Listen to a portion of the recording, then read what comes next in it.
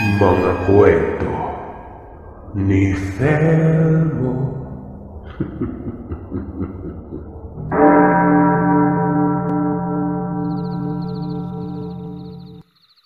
Mapagpalang araw po sa inyong lahat. Ako si Edgar, kasalukuyang nakatira sa Negros. Nakakamangang isipin na may mga iba't ibang platform pala sa YouTube patungkol sa kwento ng kababalagan. Naisip ko tuloy yung naranasan ko dati. Katunayan, malaki ang naging epekto nito sa aking pagkatao. Nagsimula ang karanasan ko na ito, dekada 70, sa Balaban, Cebu. Sa nasabing taon at lugar, doon ako nakatira nun. Ampon ako. Ang mga tumatayong magulang ko ay hindi nabiyayaan ng anak. Itago na lamang natin sila sa pangalang Tatay Lando at Nanay Belen.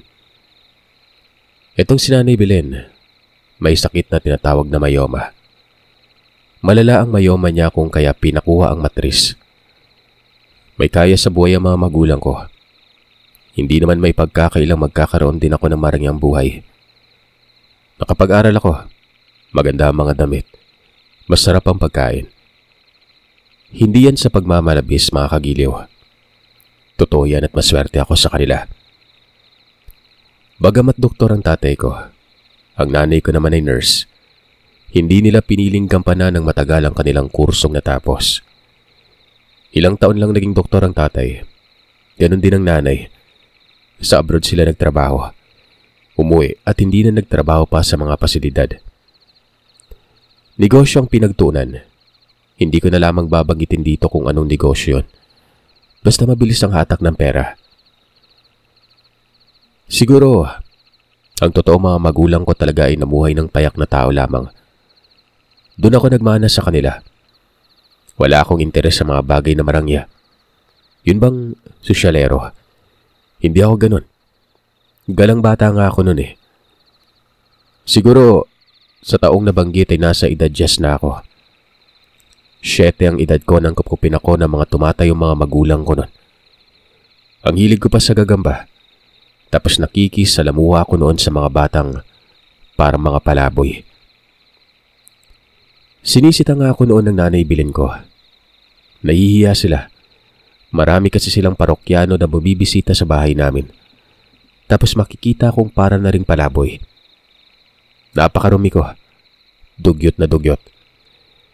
Pero in fairness, ni minsan na hindi ko narinig sa mga magulang ko na ampon lamang nila ako. Kahit gaano ako kapasaway na bata nun, mahal na mahal nila ako.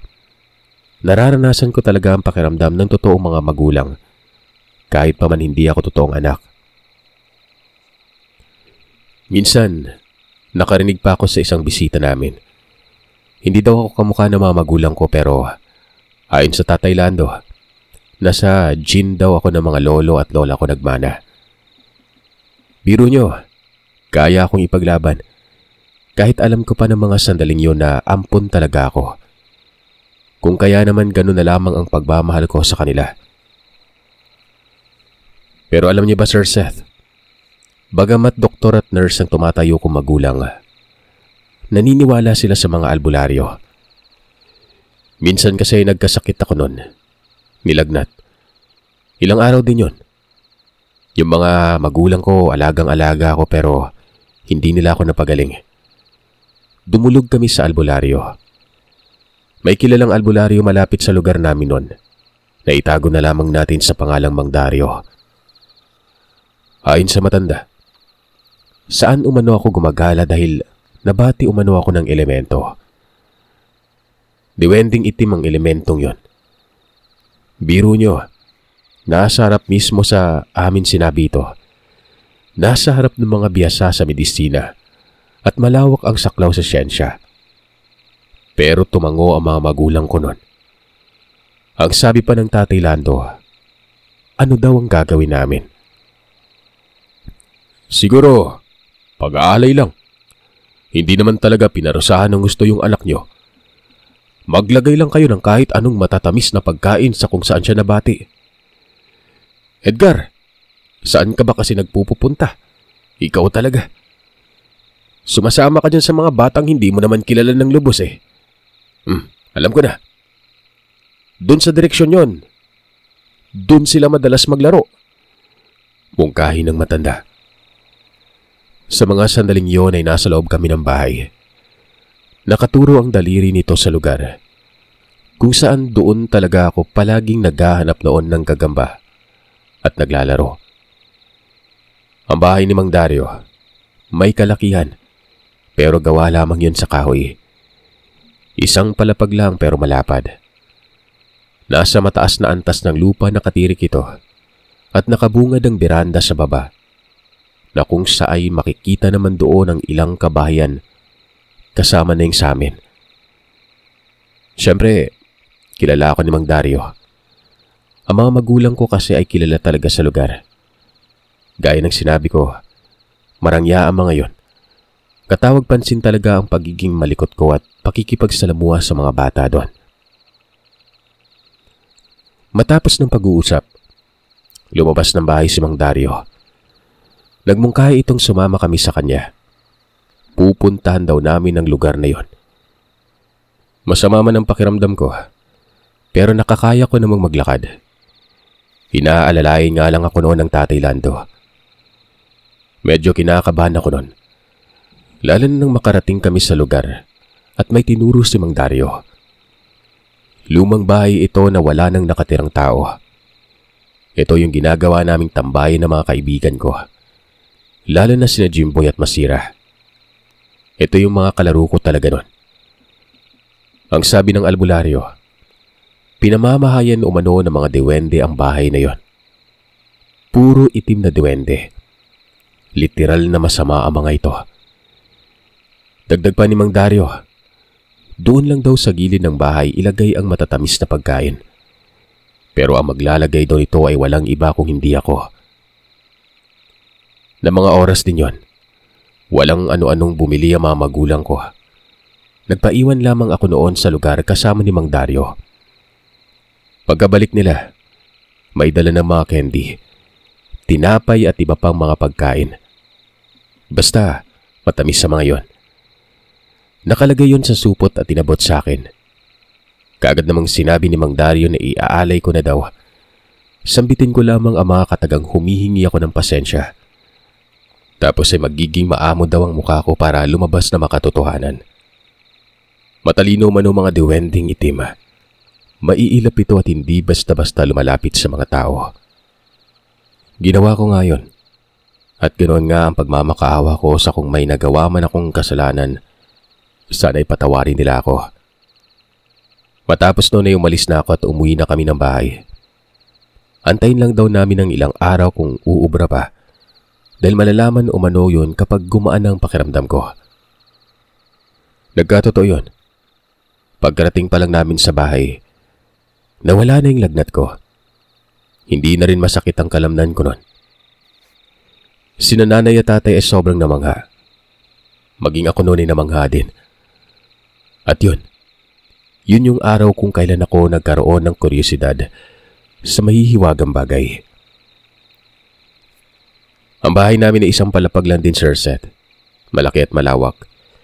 May 3 silid, malawak na sala.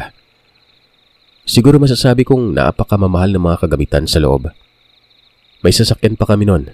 Nakakubli ang bahay namin sa mataas na bakod at mataas ding tarangkahan o gate. Pero ang labas ay mga kakahuyan na at ilang mga kabahayan na payak lamang. May ilang magarbo namang bahay doon pero magkakalayo ito. Mga ilang metro mula sa bahay. Yun naman yung kalsada. Paputol-putol pang semento at madalas lubak-lubak ang daan nun.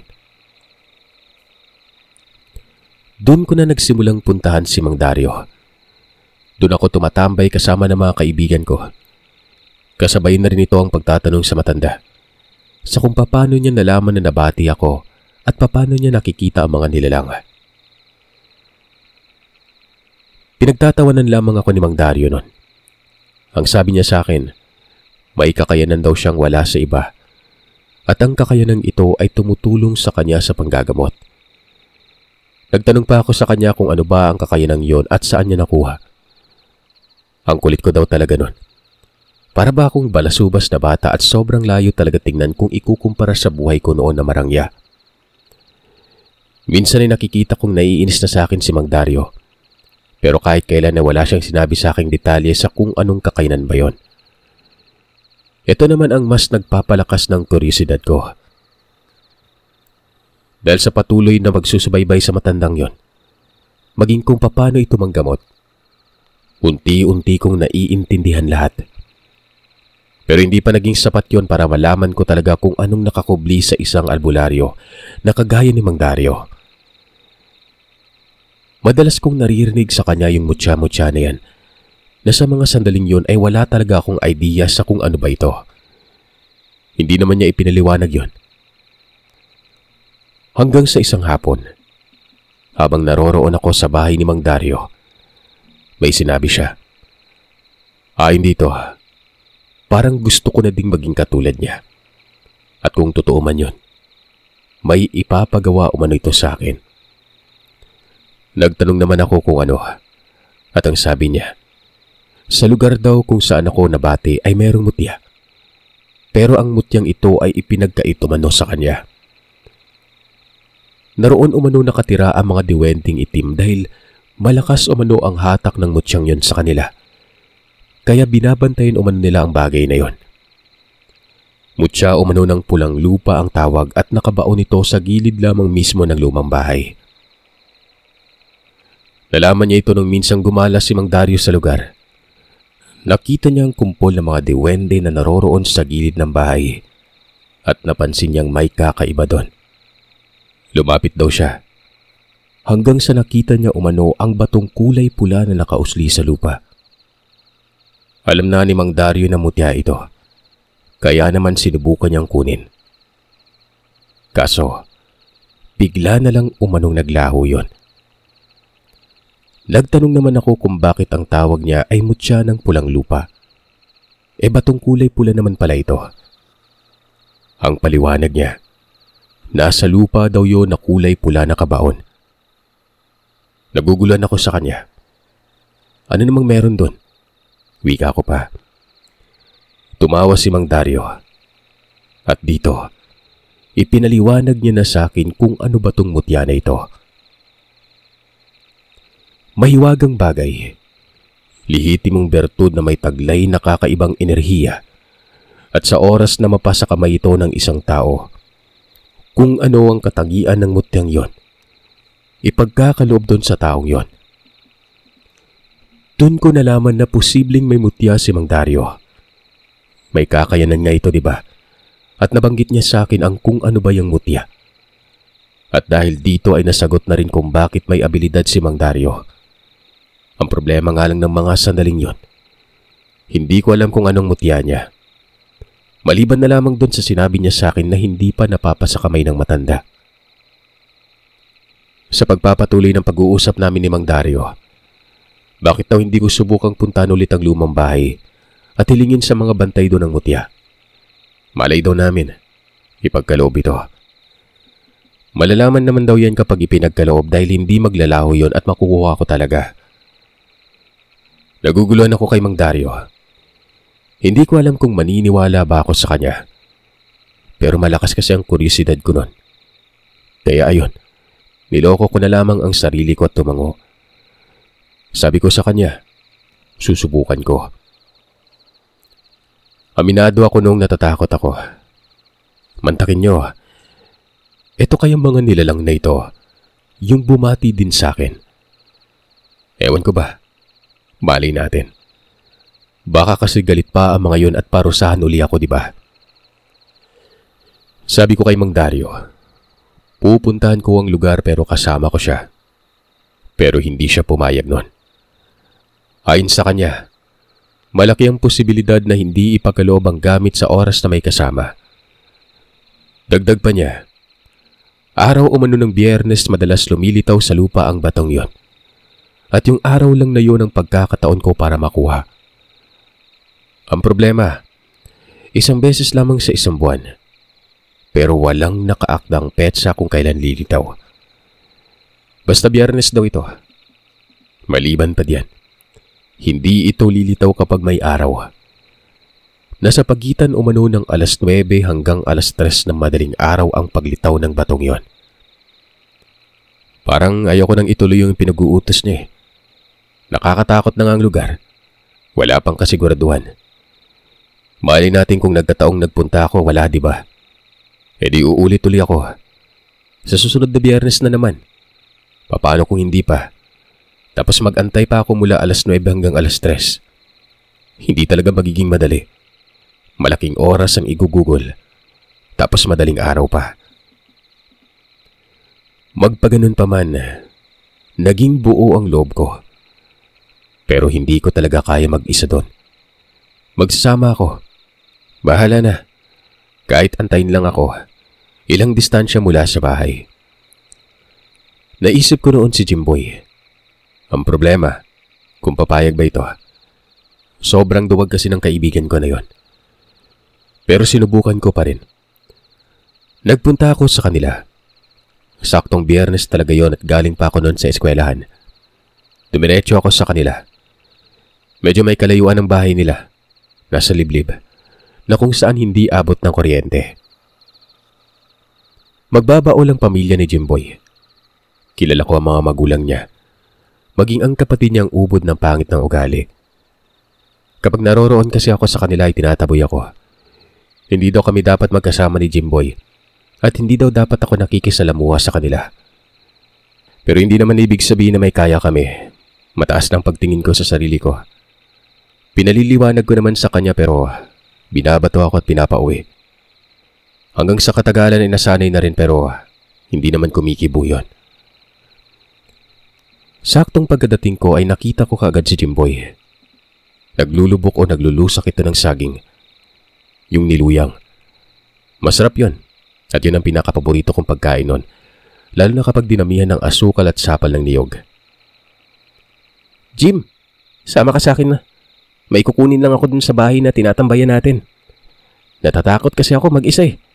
Tara dun. Dun muna tayo sa bahay namin. Ano naman yan, Edgar? Teka, tatapusin ko muna to. May pagkain ba sa inyo? May pagkain sa bahay, Jimboy. Tsaka, mutya daw eh. Sabi sa akin ni Mang Dario, kunin ko daw. Nagbibigay ng abilidad. Parang kagaya niya. Di ba ang galing ni Mang Dario? Tugon ko. Kumunot ang mukha ni Jimboy. Baka daw pinaglolo ko lamang ako ni Mang Dario. Kilala pa namang malakas magbiro yun. Pero magpaganon pa man ay sasama pa rin umano ito. Bakit hindi? Pagkain lang ang kulang sa kaibigan ko eh. Sawa na siya sa kakakain ng kamote at yung nilusak. Ang totoo kasi, mas gusto ko naman yung pagkain nila kaysa sa amin kaya nagkakasundo talaga kami nun. Gabi na natapos si Jimboy. Umalis na kami. Hindi naman ako nababahala noon kasi panay wala naman ang mga magulang ko. Madalas ay naroroon sila sa siyudad ng Cebu. At ang naiiwan lamang sa bahay ay ang katiwala naming si Mang Sandro at ang asawa nitong si Aling Mising. Nagpalipas muna kami ng ilang oras sa bahay. Mula alas 7 hanggang alas 9. Nagpaalam naman si Jimboy sa kanyang mga magulang na doon lang sa amin matutulog.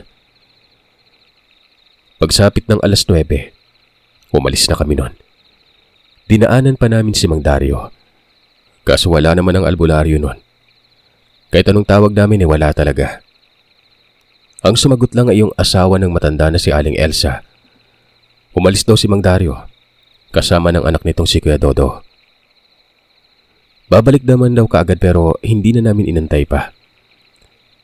Si Jimboy na mga sandaling yun, bagamat sumang-ayon siya na sumama pero makikita mo sa mukha niya na medyo balisa. Naging tahimik na kasi ito habang papunta na kami sa lumang bahay. Wala kaming ilaw na dala. Maliwanag naman. Natatamaan ang bahay na yon ng liwanag mula sa poste sa kalsada. Malapit lang din sa kalsada ang lugar. Kaso yun lang ang namumukod tanging bahay ron. Napakalayo na ng kapitbahay. Nang makarating na kami doon sa lumang bahay, sinabi ko kay Jimboy na antayin niya lang ako sa bulwagan. Ako nang papasok sa loob nun. Hindi naman kumibo si Jimboy, pero pinagpapawisan ito kahit pa malamig ang lugar. Ako naman nun, takot na talaga. Pero nilalabanan ko lang yon. Nilibot ko ang kabuuan ng bahay. Napakasukal at hinahanap ko kung saan banda ba makikita ang mutya. Sabi kasi ni Mang Dario, sa gilid lang ng bahay. Pero ang tanong, saan banda? Hanggang sa napansin ko yung daluyan ng tubig nun. Ito yung natapat sa drain ng gutter ng bubong. Pula ang lupa doon, kaya iniisip ko na baka doon na. Naupo ako sa gilid ng sirang bakuran. Tinatanaw ko noon ang likod na kung saan doon kami namamalagi ni Jimboy at Marisa, kasama ang iba pang mga bata. Tinatabingan namin ng sako ang sirang bako doon tapos nagbabahay-bahayan kami. Ayon sa narinig ko na kwento, sa kasalukuyan, kung sino ang nakatira at nasaan na ito. Sundalo o mano ang nakatira sa bahay na yon. Ibinenta ang lupa pati na yung bahay. Hinala ng mga tao dahil ito sa kababalagang bumalot sa bahay na yon. Maging yung nakabili ng lupa at bahay, hindi piniling manirahan gawa ng medyo nakakatakot ngang lugar. May dala pa akong orasan nun. Relo ito ng tatay ko na Seiko Divers, yung unang version. Inantok na lamang ako noon pero wala pa rin nagpaparamdam. Panay-sipat pa ako sa loob kung may makikita ba akong elemento. Yun namang naglalaro sa isip ko nung katatakutan habang nasa gilid ng bahay. Pero wala naman. Hanggang sa pagsapit ng 11:00 ay nakailingan ko ang mga mahihinang boses. Pero parang nagtatawanan ng mga ito. Pinakinggan ko kung saan nanggagaling yon. Pansin ko noon na nasa kabilang parte ng bahay. Natakot ako. Wala namang ibang tao doon maliban na lamang sa akin. Si Jimboy, nakikita ko naman sa labas sa bandang kalsada. Nakatunganga lang. Parang nagbibilang ng bituin. Nakatingala. Takot man, pero pinili kong tingnan yon. Naglakad ako pero doon ako sa harap dumaan. Kahit papano, may liwanag. Kung sa likod kasi ay sobrang dilim doon. Pagsipat ko sa kabilang banda, nakakita ako ng maliliit na nilalang. Nanlaki ang mga mata ko noon. Sa pagkakatansya ko, nasa 1 dangkal lamang ang laki at kung hindi ako nagkakamali, yun na yung mga duwende. Tinawag ko si Jimboy. Sumenyas ako sa kanya. Kagad siyang bumalikwas doon sa kanyang kinauupuan at tumingin sa kung saan ako nakaduro. Napakamot siya ng ulo na wari wala namang nakitang kakaiba. Mahina ko pang sinabi na may mga maliliit na nilalang. Pero ayon sa kanya ay wala siyang nakikita nun. Napatanong ako sa sarili ko. Bakit hindi niya nakikita malinaw na malinaw ko namang nasisilayan ng mga yon. Sabi ko na lang sa kanya. Pumasok siya ng bakuran at doon ako sa loob antayin. Plano ko kasing lapitan yon. Pumasok si Jimboy pero bana sa mukha. Halatang yamot na ito sa kakaantay sa akin. Ikaw ba naman ang mag-antay doon ng mula 9:00 hanggang 11:00? Nakikita ko pa rin ang mga nilalang. Ang ipinagtataka ko noon ay bakit iba't iba ang mga kulay. Yung sinabi kasi sa akin ni Mang Dario, kulay itim. Papanong may kulay pula doon at may parang dilaw pa pero karamihan ay abuhin. Naglalaro lamang ang mga ito. Ako naman noon, nagdadalawang isip na lapitan pero wala na. Naroon na kami. Sayang naman ang pagkakataon. Bumuntong hininga pa ako. Hinubad ko ang tsinelas ko. Sinuksok sa kamay ko hanggang siko. Ito yung formang pagkatapos magulat. Takbuhan kaagad. Si Jimboy naman noon ay wala namang suot na tsinelas pero hinubad ang damit sabay tali sa kanyang bewang. Habulan talaga pagkatapos nun. Yan ay kung may mangyayaring hindi maganda. Dahan-dahan akong lumapit. Pero habang nangyayari yon, sinipat ko na kung saan ako dadaan kapag takbuhan na. Maliban sa pagtatakang bakit iba't iba ang kulay, hindi din ako pinapansin ng mga ito. Patuloy lamang sila sa pagtutulakan, tapos hagikika ng tawa. Nang 1 metro lamang ang layo ko, huminto ang mga ito at tumingin sa akin. Nanlamig ako bigla nun, pero nakikita ko sa mga mukha nila na hindi naman sila galit. Sa pagkakatansya ko, nasa 15 silang lahat. Nasa likod pa lang iba. Kitang-kita ko ang mga mata nitong angat sa kaputian. Ilang saglit lang, nagpulasan ang mga maliliit na nilalang. Tapos nakita ko na doon nagpunta sa kabila, sa kung saan doon ako nag-antay kanina at kinain ng mga lamok. Nawala ng konti ang takot ko. Siyempre takot sila sa akin. Alam ko yon. Doon na ako sa likod dumaan. Tinawag ko pa si Jimboy na lumipat sa kabila dahil doon ako pupunta. Dagdag ko pa, gusto kong masilayan niya lang ako lagi, baka kasi dukutin ako ng mga nilalang. Maya-maya pa, nakita ko yung mga maliliit na nilalang na ito. Nakapabilog. Sa may pulang lupa yon. May nakausli doon na maliit na bato na tingin ko ay sinlaki lang ng mga tansan. Bilog yon at kulay pula. Makinis. Kung hindi ako nagkakamali, ito na yung mutya ng pulang lupa. Ang problema nga lang sa mga sandaling yon, anong gagawin ko? Kukunin ko ba? Yan ang tanong sa isip ko noon. Mawalang galang na po sa inyo. Pasensya po pala noon nang madistorbo ko kayo dito ha. Pwede ko po bang mahawakan yung bagay na yan? Tanong ko. Hindi ko alam kung bakit ako napabitaw ng ganung kataga. Kumbaga, inuutakan ko noon ang mga nilalang. Bigla na lamang pumasok sa isip ko ang kapilyuhan. Kapag pinahawakan sa akin noon, syempre kukunin ko at rektak takbuhan na. Nakatingin lang sila sa akin noon. Maamo pa rin ang mga mukha nila. Tapos may nag-uusap doon pero hindi ko naman maintindihan ang mga sinasabi. Nagbubulungan pa ang iba na wari parang taong nagchichismisan. Saglit akong napatigil sa paghinga. Marahan akong umupo. Umatras naman ang mga nilalang. Umusog lang ng konti na tila ba binibigyan ako ng lugar. Dahan-dahan kong inabot ang bato. Nahawakan ko ito. Malamig sa pakiramdam yon. Para bang may umaakyat na lamig mula sa daliri ko hanggang kilikili. Sinubukan kong kalikutin ito hanggang sa tuluyan ng lumitaw ang kabuuan. Kinuha ko yon.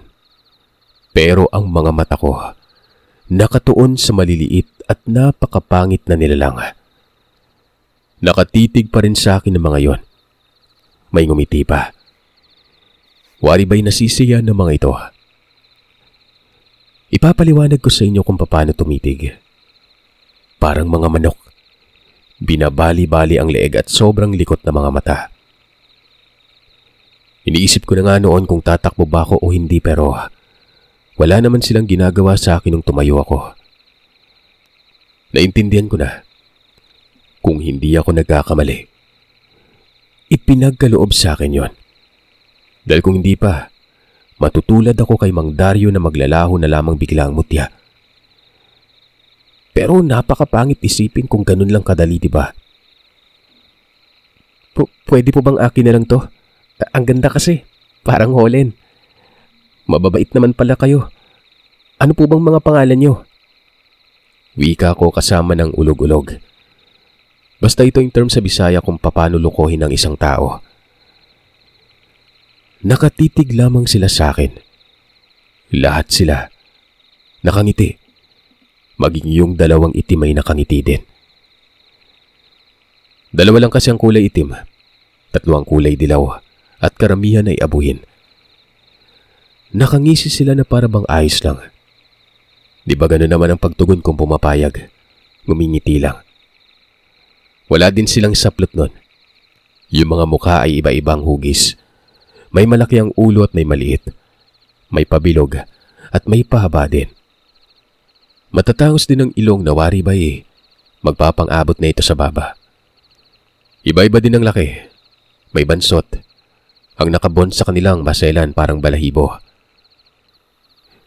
Lilinawin ko lang na walang damit. Yung kulay sa balat talaga nila. Yung ibang kwento kasing naririnig ko, nakasuot ng damit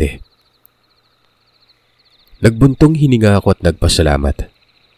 Sabi ko pa, dadalan ko sila ng maraming matatamis na pagkain.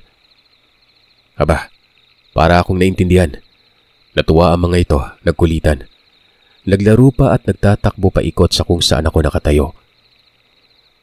Ilang saglit lang ay naglaho na ang mga nilalang na yon. Binuksan ko ang palad ko.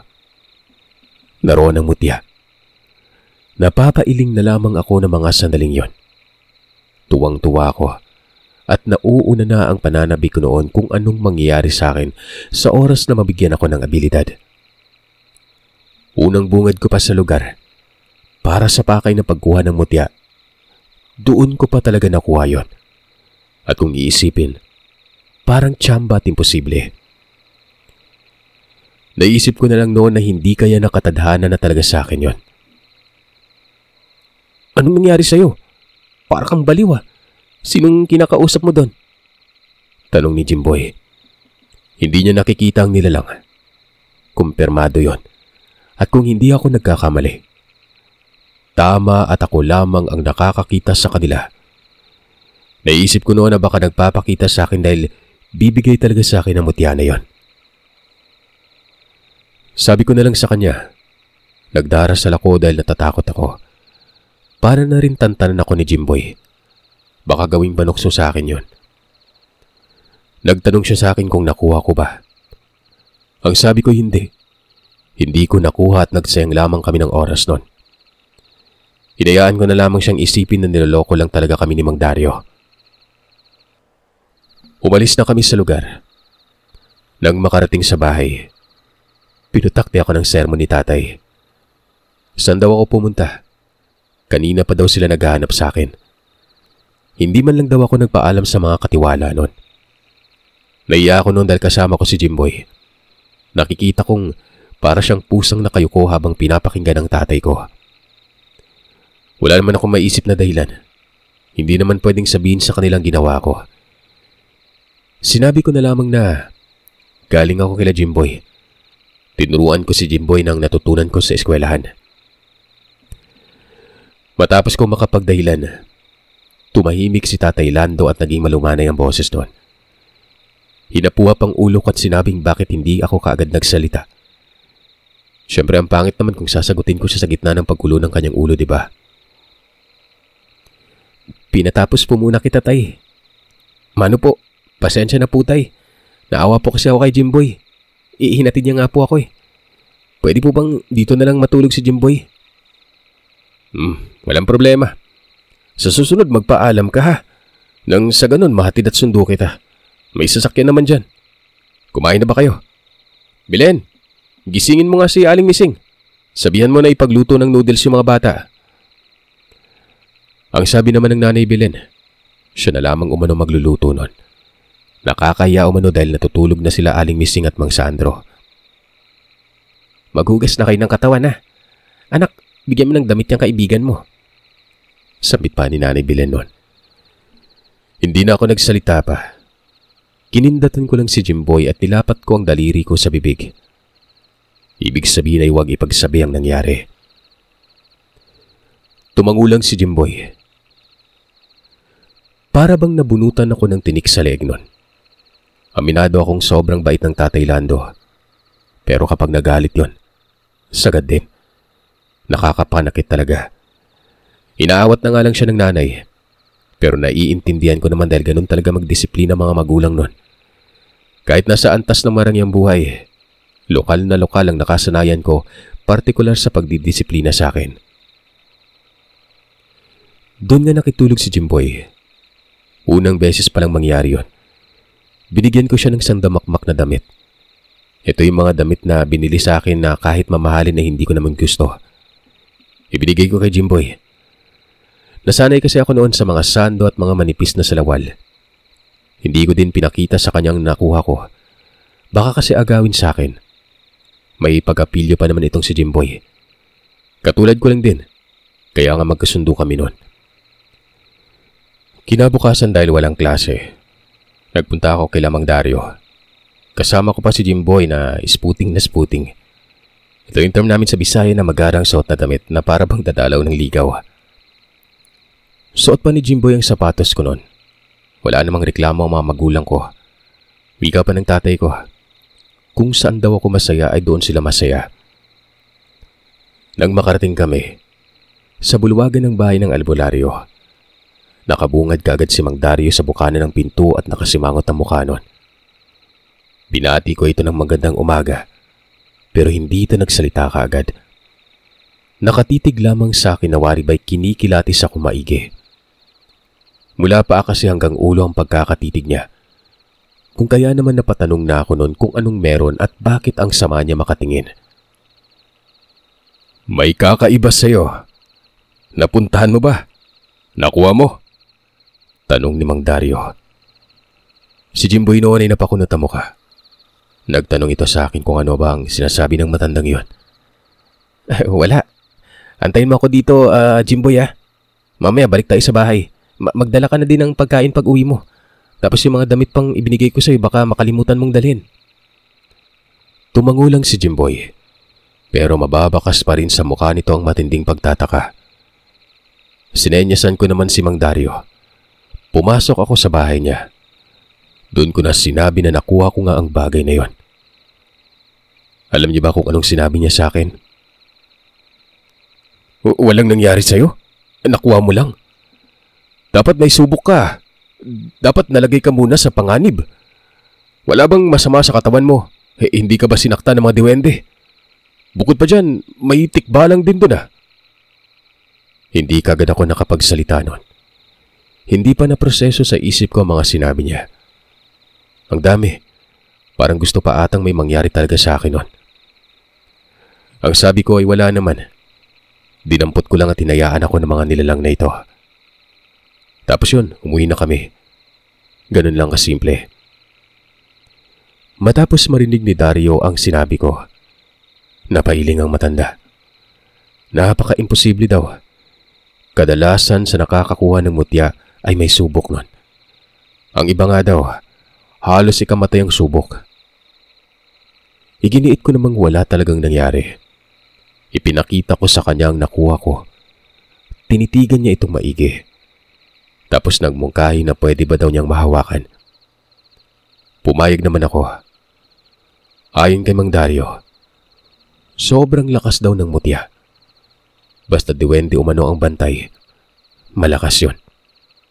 Maliit man na nilalang ang mga yon, pero isa ito sa pinakamalakas na engkanto. Sinabi ko sa kanya na hindi lahat ay kulay itim. Iba-iba. Napatango naman si Mang Dario. Hindi daw nalulukob ng kasamaan ng mutya kung ganon. Akala niya ay puro itim lang lahat. Siguro'y nagkamali lamang siya ng tingin noon dahil nga madilim. Napapaisip ako noon kung nagkamali ba talaga siya dahil malinaw naman sa mga mata ko nang makita ko ang mga nilalang na yon. Dagdag ko sa kanya, bakit sa akin lang nagpakita? Bakit hindi nakita ng kaibigan ko noon? Ang sabi ni Mang Dario, ang mga tao umanong nagustuhan ng mga ganong nilalang, magpapakita sila dito ng detalyado. Doon ko napagtanto na hindi nagustuhan talaga si Mang Dario, kaya napagkamalan niyang itim lahat. Ang sunod kong tinanong ay kung ano bang ibibigay sa akin ng mutya. Hindi ko pa masabi sa ngayon yan. Tingnan natin makalipas lang ng ilang araw. Mapapansin mo yung pagbabago sa sarili mo. Sabihin mo sa akin ang lahat para may batayan tayo. May tangan ka na at ingatan mo to. Wag na wag mong ipapahawak sa iba. Malakas yan, lalo na kapag natuto ka ng kaalaman. Mas lalakas pa yan. Doon nagtapos ang pag-uusap namin. Umuwi na kami noon pero panay naman ako pakiramdam sa sarili ko. Wala namang kakaiba. Si Jimboy ay parang nag-alsa balutan. Ang daming dala habang pauwi at tuwang-tuwa ito. Ilang araw ang nakalipas. Doon ko na napansin na may kakaiba sa akin. Lagi na lamang akong nakakakita ng mga kung anong nilalang. Nahagip lamang ito ng paningin ko. Tapos bigla na lang naglalaho. Natakot nga ako nun. Tapos parati akong pinagpapawisan. Malakas din ang pagkabog ng dibdib ko. Pero ang pinaka nakatatak sa akin nun ay yung kilos kong bahagyang bumilis at hindi kaagad ako napapagod. Hindi naman ganun kalala ang pagbabago ko. Konti lang, pero hindi talaga pangkaraniwan para sa akin. Sina Mang Sandro nga at Aling Mising, nakikita kong tilang naninibago. Yun pa lang, isang indikasyon yun na may nangyayari na nga. Nagtanong pa si Mang Sandro kung bakit daw lagi akong pinagpapawisan. Sobrang likot ko daw. Nawawala na lamang bigla nun. Mga kagiliw, hindi pa nagtatapos ang kwento ko dito. Panimula pa lamang ito. May kasunod pa ito. Isusulat ko na lamang kapag nagkaroon ako ng oras. May pinagkakaabalahan kasi ako negosyo at baka kainin ang oras ko. Pero pangako, susulat ka agad ako. Basta, marami ding nangyari sa akin. Hindi ko pa nababanggit dito yung kamuntikan na akong mamatay. Muli, ako po si Edgar.